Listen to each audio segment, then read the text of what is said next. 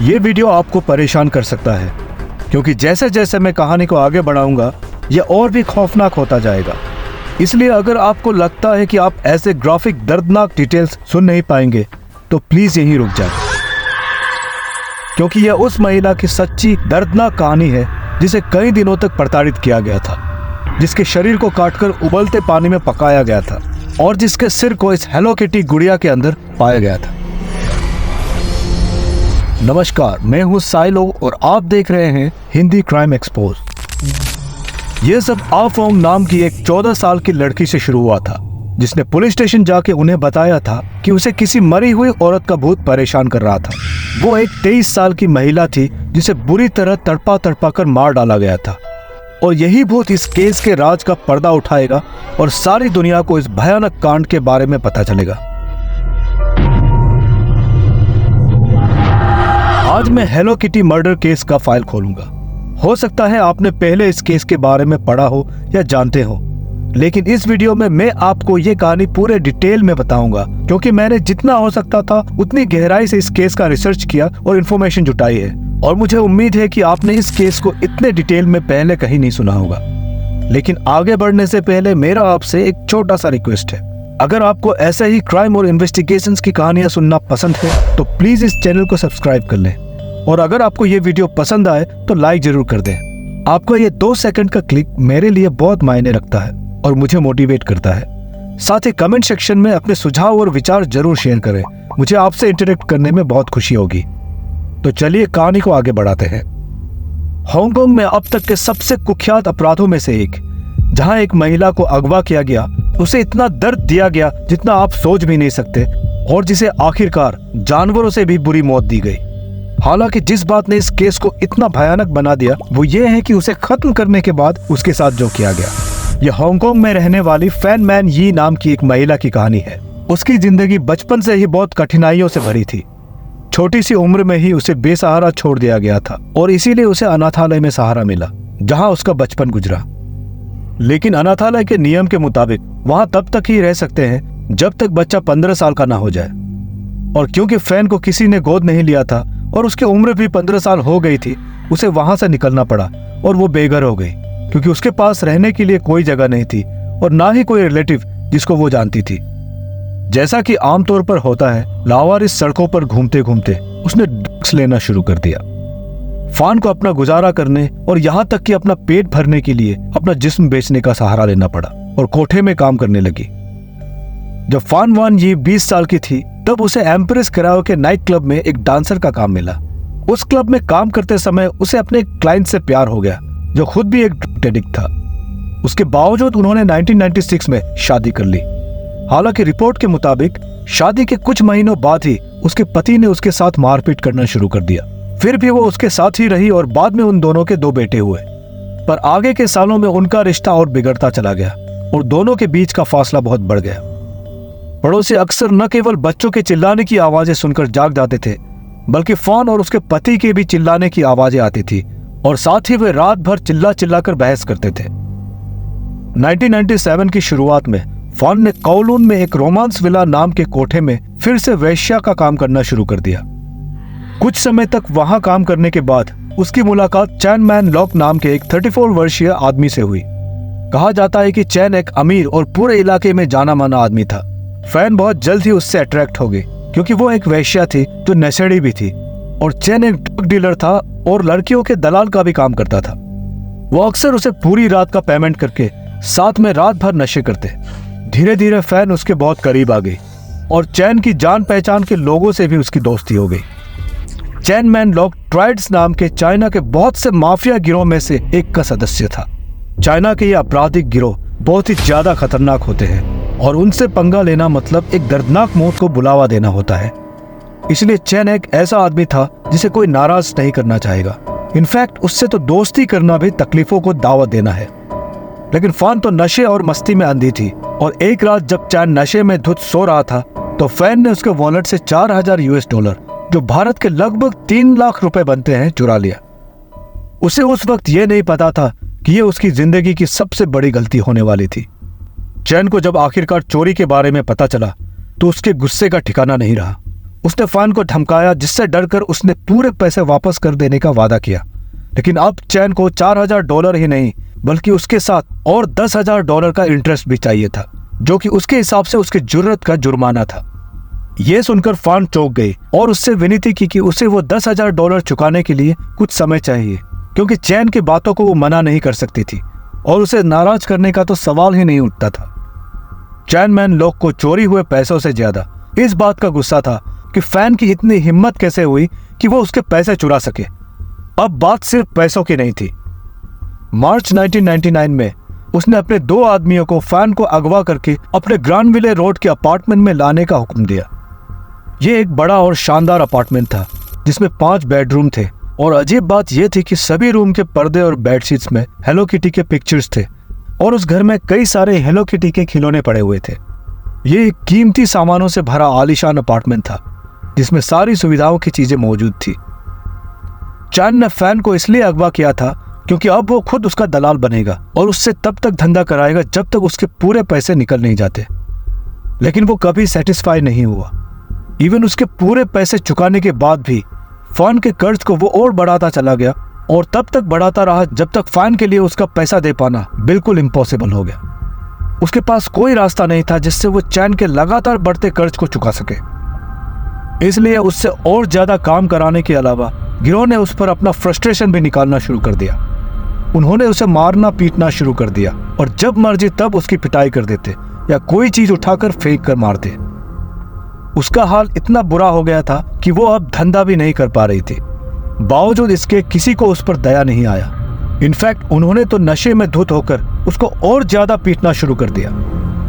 उसकी मजबूरी और दर्द को देखकर वो लोग और एंजॉय करते और हंस हंस कर उसके दर्द का मजा ले रहे थे। और अब ये खेल एक भयानक मोड़ ले लेता है जब चीजें फाइनली आउट ऑफ कंट्रोल होना शुरू हो गया। ऑफ कोर्स आप सोच रहे होंगे कि ये पहले से ही आउट ऑफ कंट्रोल था, लेकिन मेरा मतलब यह है कि हालात बुरा से भी और बदतर होने वाला था। आपको बता दूं कि फैन का ये हाल करने वाले गिरोह में कौन कौन शामिल थे। तो सबसे पहले उनका लीडर चान मैन लोक, उसके साथ एक और गैंगस्टर जो उसके नीचे काम करता था, लियोंग वई लुंग, जो उस समय 19 या 21 साल का था, और उसका एक चेला लियांग जिंग चो जो 26 साल का था। लेकिन उसी दौरान उनके बीच एक नया सदस्य आया।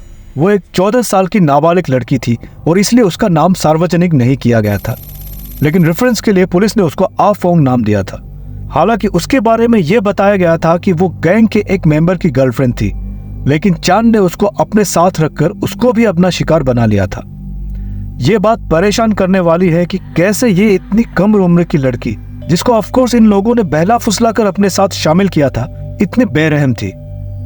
फैन को यातनाएं देते वक्त वो भी बढ़ चढ़कर उस गिरोह का साथ देती थी और बहुत एंजॉय करती थी।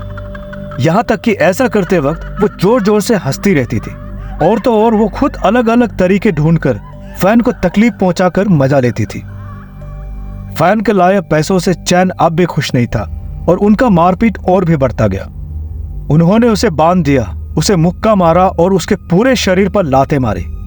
वे बार बार उसके साथ जितना चाहे उतना जबरदस्ती करके गलत काम कर रहे थे। यहां तक कि उन्होंने उसे टट्टी खाने के लिए भी मजबूर किया। उसे लोहे के रोड से मारा, रसोई के बर्तनों से पीटा और चाकू से घोंपा, टेबल, चेयर और बाकी फर्नीचर से मारा। उसे खड़ा करके बांध दिया गया और फिर सबने उसे पंचिंग बैग की तरह यूज किया। बात यहां तक पहुंच गई कि सिर्फ एक दिन में ही उसके सिर पर करीब 50 बार लात मारी गई। रिपोर्ट के मुताबिक फैन इसी दौरान प्रेग्नेंट भी हो गई थी, लेकिन उसके बावजूद उनका खेल जारी रहा।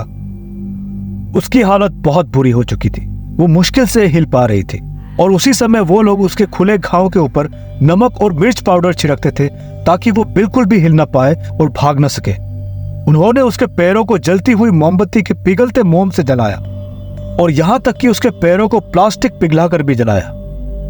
फिर उसे और भी पेशाब और टट्टी खाने के लिए मजबूर किया गया।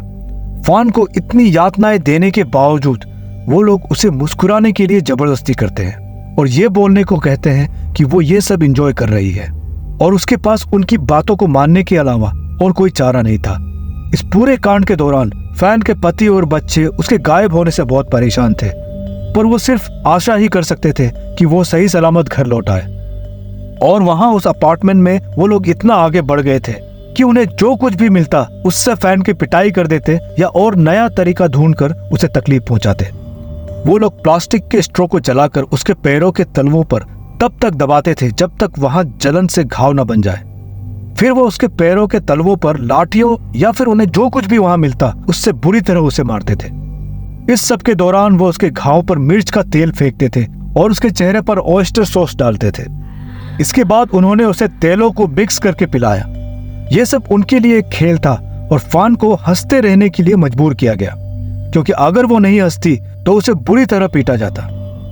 फोंग ने अपने स्टेटमेंट में बताया था कि जब वो लोग उसे जलाते थे तो वो उसे हंसने के लिए धमकी देते थे और उसे फैन के साथ ये सब करके बहुत मजा आ रहा था। और एक समय ये इतना घिनौना हो गया कि वो लोग सीधे उसके चेहरे और कभी कभी मुंह में पेशाब कर देते, और अगर वो उल्टी कर देती तो वो लोग फिर से उसे बहुत बुरी तरह पीटते। फोंग ने एक बार जूते के डिब्बे में टट्टी करके फैन को उसे खाने के लिए मजबूर किया था, जिसको सोच के ही हमें घिन आती है। वो उसके लिए सिर्फ एक मजेदार खेल था। एक 14 साल की लड़की का ऐसा बिहेवियर मेरे सोच के परे है। उन्होंने उसे इलेक्ट्रिकल वायर से बांधकर सीलिंग में लगे हुक से लटका दिया। फिर जब भी उनका मन होता वो उसको पीटते। ज्यादातर उन्होंने उसे लोहे के रोड से पीटा और रात भर ऐसे ही लटका कर रख देते थे। आखिरकार उन्होंने उसे खाना देना भी बंद कर दिया। वो सिर्फ उसे पेशाब पिला रहे थे और यही अब उसके पेट भरने का एकमात्र जरिया था। वो लोग उसके घावों पर मसाले, मिट्टी, नमक और जो कुछ भी उन्हें मिलता डाल देते थे ताकि उसे कभी किसी भी प्रकार की राहत महसूस न हो। उसकी हालत इतनी बिगड़ गई थी कि उसे अब कोई क्लाइंट नहीं मिलता था, जिसका मतलब था कि वो अब उनके लिए कोई पैसा नहीं ला रही थी। फान भूखी प्यासी फर्श पर बेहोश पड़ी रहती थी, जहां बीच बीच में उसे होश आता था और वो कमजोरी और दर्द से फिर से बेहोश हो जाती थी, जबकि वो दरिंदे वहीं पास में सोफे पर बैठकर टीवी देख रहे होते या वीडियो गेम खेलते। किसी को उसकी हालत पर तरस नहीं आया। इनफैक्ट वो लोग तो उसे देख देख कर हंसते रहते थे। फोंग के बयान के मुताबिक फैन बुरी तरह टूट चुकी थी, लेकिन फिर भी उन्होंने उसके साथ वो घिनौना खेल जारी रखा। एक्चुअली उनके पास करने को कुछ नहीं था। फोंग ने पूरे समय फैन को दर्द पहुंचाने में उन लोगों का साथ दिया और खूब एंजॉय किया। वैसे तो फोंग ने किस किस तरीके से फैन को तकलीफें पहुंचाई थी वो सामने नहीं आया, लेकिन इसमें कोई शक नहीं है कि उसका लिस्ट भी बहुत लंबा होगा। एक रात उन लोगों को बाहर पार्टी के लिए जाना था, तो उन्होंने फैन के साथ वही किया जो वो इतने दिनों से कर रहे थे। उन्होंने उसे बांधकर बाथरूम के फ्लोर पर फेंक दिया और दरवाजा बंद कर दिया। आखिर यह सब कितने दिनों तक चल सकता था? फैन की सहने की सीमा अब खत्म हो चुकी थी। इसके करीब एक महीने बाद अप्रैल 15, 1999 को जब वो लोग बाहर गए हुए थे, फैन ने बाथरूम में पड़े पड़े ठंड में अकेले आखिरकार दम तोड़ दिया। कुछ दिनों के बाद वो लोग अपार्टमेंट में वापस आए। फोंग ने बताया कि वापस अपार्टमेंट में आने के बाद जब वो बाथरूम में गई तो उसने फैन को बाथरूम के फ्लोर में मरा हुआ पाया। वो लोग आपस में डिस्कस करने लग गए कि उसकी लाश को कैसे ठिकाने लगाया जाए, पर उन्हें कोई अच्छा तरीका नहीं सूझ रहा था। वो लोग इस बात पर भी बहस करते हैं कि फैन की मौत का कारण क्या है, और उनमें से ज्यादातर का मानना था कि यह ओवरडोज के कारण हुआ था, और ज्यादातर एक्सपर्ट्स का भी यही मानना था। लेकिन आप अंदाजा लगा सकते हैं कि उसकी चोटें ही उसकी मौत का कारण थी। वो लोग डिसाइड नहीं कर पा रहे थे कि लाश को ठिकाने लगाने का सबसे अच्छा तरीका क्या होगा, तो उन्होंने आर्केड में जाकर वीडियो गेम खेलने का फैसला किया, जबकि फैन की लाश वहीं बाथरूम में पड़ी रही। कुछ घंटों बाद वो लोग घर वापस आए और सो गए बिना किसी चिंता के। अगले दिन चैन, जो अब भी पूरी तरह नशे में था, उसने सबको इकट्ठा करा और उनसे बोला कि उन्हें फैन की बॉडी को ठिकाने लगाना पड़ेगा। उन्होंने उसकी लाश को बाथरूम में ले जाकर बाथटब में डाल दिया और एक आरे से उसके शरीर को काटना शुरू किया। जब बॉडी को छोटे छोटे टुकड़ों में काट लिया गया जिसे वो बर्तनों में रख सकते थे, तो गंध न आने के लिए सारे टुकड़ों को पानी में उबालकर पकाया गया। उसी दौरान चैन ने फोंग को उठाया, जो उस समय तक सो रही थी, और उसे एक पॉलीथीन का बैग देकर बोला इसे जाकर पकाए ताकि इनसे बदबू ना आए। उस बैग में फैन की आंतें यानी इंटेस्टाइन्स थी। फोंग बैग को लेकर किचन में आती है, जहां पहले से ही ल्यूंग जिंग चो एक बर्तन में सिर को पानी में उबाल रहा था। उसने फोंग को बुलाया और बोला कि बर्तन के अंदर देखे, जिसमें वो सिर को बॉयल कर रहा था। फोंग ने तुरंत पीछे हटकर मना कर दिया और बोली कि उसे डर लग रहा है। इस पर ल्यूंग ने उसे समझाया कि डरने की कोई बात नहीं है, ऐसा सोचो कि तुम टीवी देख रही हो। वो जैसे तैसे हिम्मत करके उस बर्तन के अंदर एक नजर डालती है और देखने के बाद वो थोड़ा नॉर्मल हो गई। उसे ये किसी हॉरर मूवी के सीन की तरह ही लगा। पूरे 10 घंटे बीत गए और अब उन सबको बहुत तेज भूख लग रहा था। जब फैन के सिर को स्टोव में उबाला जा रहा था तब वो लोग उसे बार बार हिलाते हुए साइड के बर्नर में नूडल्स पकाने लगे और फिर उसी चम्मच से जिसको वो सिर को हिला रहे थे उन्होंने नूडल्स वाले बर्तन में डालकर भी हिलाना शुरू कर दिया। वो लोग एक ही चम्मच को दोनों बर्तनों में बारी बारी से यूज कर रहे थे। जब तक उनका खाना खत्म हुआ उबलता हुआ सिर कंकाल में बदल चुका था। अब बर्तन में सिर्फ एक खोपड़ी रह गया था। उन्होंने फिर खोपड़ी को निकालकर एक मरमेड यानी जलपरी वाले हेलो किटी खिलौने के सिर के अंदर डालकर सिला दिया और यही कारण था इस केस के नाम के पीछे का। इस बात का अभी भी कोई जवाब नहीं है कि क्यों उन लोगों ने एक खिलौने के अंदर फैन की खोपड़ी को रखने का फैसला किया, पर जैसा कि वो लोग उस दौरान पूरे नशे में धुत थे, मुझे नहीं लगता कि इस बात का कोई मीनिंगफुल रीजन रहा होगा।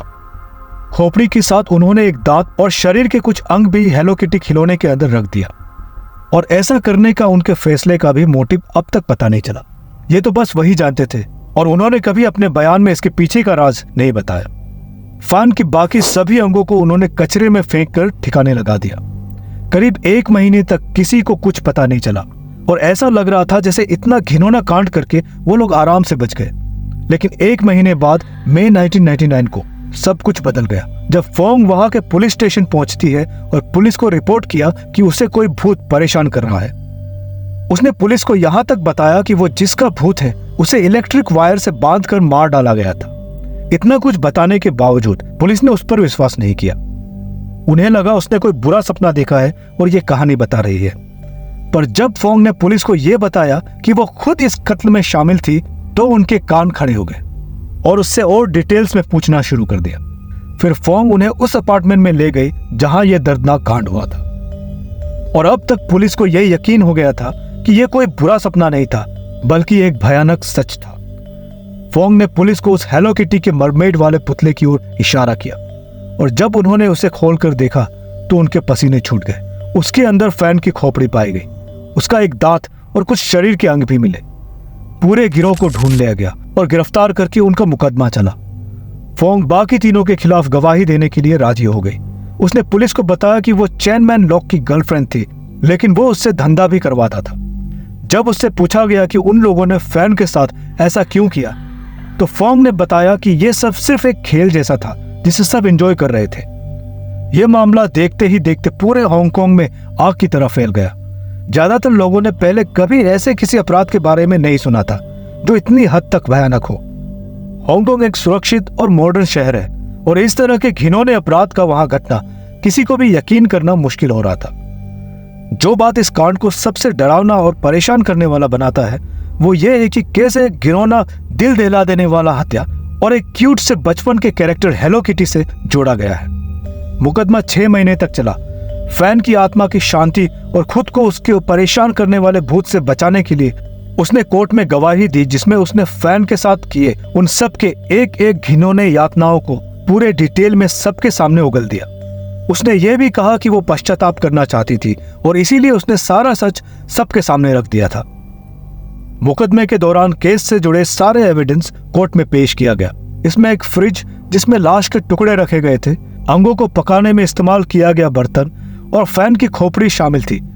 यह बताया जाता है कि उस दौरान पूरे कोर्ट में बदबू फैल गया था।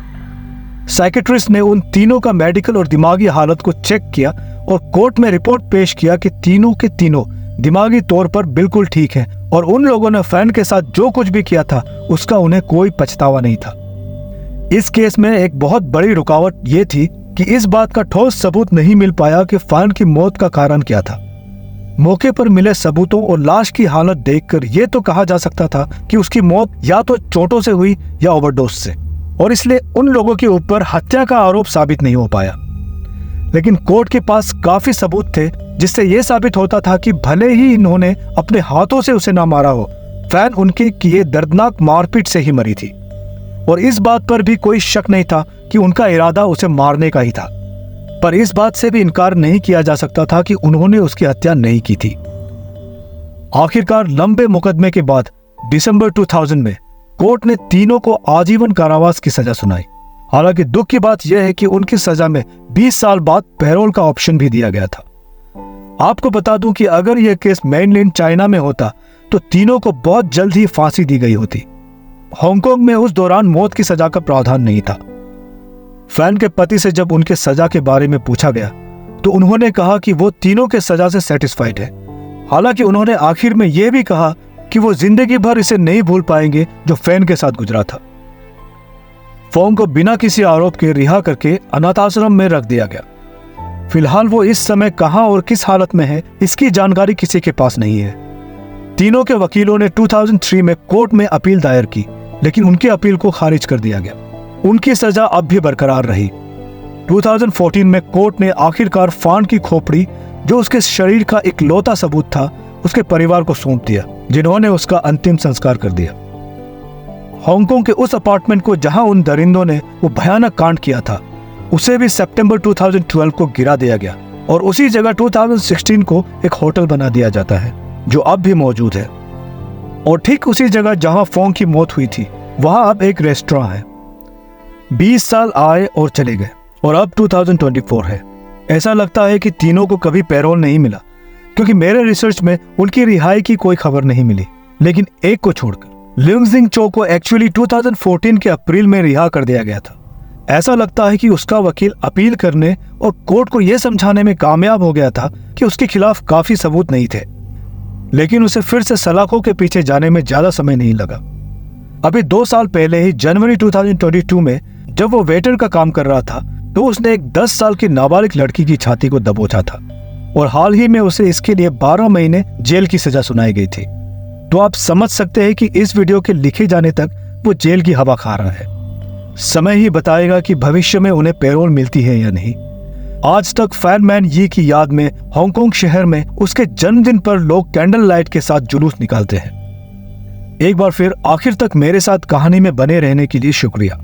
अगर आपको वीडियो पसंद आया तो प्लीज लाइक कर दे। इससे मुझे YouTube एल्गोरिदम में ग्रो करने के लिए बहुत मदद मिलती है। तो आज के लिए बस इतना ही। मैं फिर आऊंगा अगली बार एक नई कहानी लेकर।